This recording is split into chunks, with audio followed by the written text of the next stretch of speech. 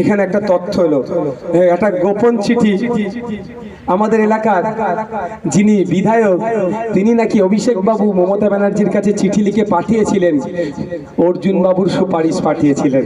যদি অর্জুন বাবুকে ব্যারাকপুর থেকে কন্টেস্ট করতে দেওয়া হয় তৃণমূলের পক্ষে, নাকি এখান থেকে 60,000-এর উপর কাছে আশেপাশে লিড পাবে। বুঝতে পেরেছেন? তাহলে বিজেপির কত বড় এজেন্ট আপনার ঘরে বসে আছে। খারাপ লাগছে নাকি?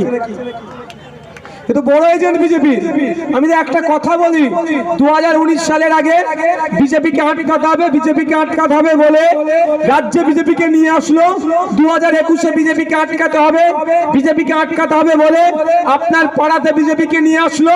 2024-এ যদি এখন ওই তৃণমূলের খাওয়া গ্যাস আমরা খেয়ে নিই, তাহলে কিন্তু আগামী দিনে আপনার বেডরুমে এই বিজেপিকে হাজির করে দেবে। আমি বলতাম, এই কাগজ কিন্তু তার প্রমাণ দিয়ে দিচ্ছে। আপনার ঘরে তো বিজেপি ঢুকে বসে আছে। বকলমে বিজেপির এজেন্ট যে আজান বন্ধের জন্য মামলা করেছিল, তার হয়ে সুপারিশ গাইছে, তাকে নাকি 60,000 ভোটে লিড করাবে। ভোট চুরি করে লিড করালে আলাদা জিনিস, মানুষ যদি শান্তিপূর্ণভাবে ভোট দেয়।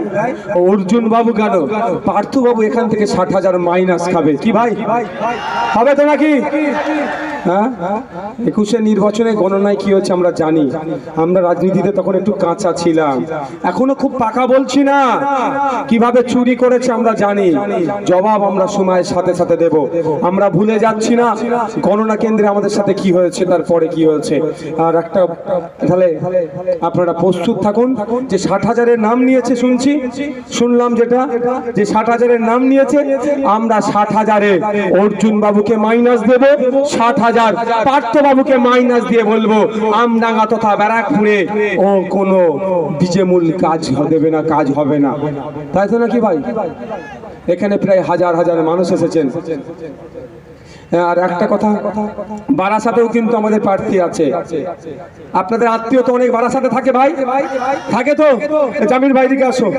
ডান দিকে আছে আমার বারাসাতে তাপস ব্যানার্জি, আর বাঁ দিকে আছে আমাদের ব্যারাকপুরের অ্যাডভোকেট জামির সাহেব।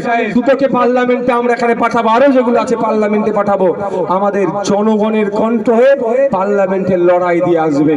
তো জুন মাসের 1 তারিখে তাপসদার ভোট আছে বারাসাতে। আপনাদের যারা যে আত্মীয় আছে এখন থেকেই কনভিন্স করান, কোন স্বপন বাবুকে ভোট হবে না, কোন কাকলিদিকে ভোট হবে না। ভোটটা কাকে দেওয়া হবে? তাপস বাবুকে খাম চিহ্নে দেওয়া হবে। আর মে মাসের, আগামী মাসের 20 তারিখে আপনাদের এলাকার আত্মীয় স্বজন, আপনাদের এলাকায় যারা ছড়িয়ে ছিটিয়ে আছে, তাদেরকে একটাই কথা, কোন দল বদলু অর্জুন সিংকে ভোট নয়, আর কোন মিস কল দিয়া মানুষকে পার্থ বাবুকে ভোট নয়। ভোটটা স্বচ্ছতার সাথে যারা লড়াই করতে যেতে পারে, যে পিছপা হবে না, মানুষের জন্য কথা বলবে, পেছনে কোনো টিউনিং থাকবে না, পার্লামেন্টে গিয়ে মানুষের হয়ে কথা বলবে, দলিতের হয়ে কথা বলবে, আদিবাসী হয়ে কথা বলবে, মুসলিমের হয়ে কথা বলবে, বঞ্চিত মানুষের হয়ে কথা বলবে। আমাদের অ্যাডভোকেট জামির সাহেবকে আমরা পার্লামেন্টে পাঠাবো। একটা গুরুত্বপূর্ণ বিষয় বললাম। আর একটা কথা, জামির ভাইয়ের হয়ে আগামীকাল আমরা নমিনেশনে যাব। আমাদের আগামীকাল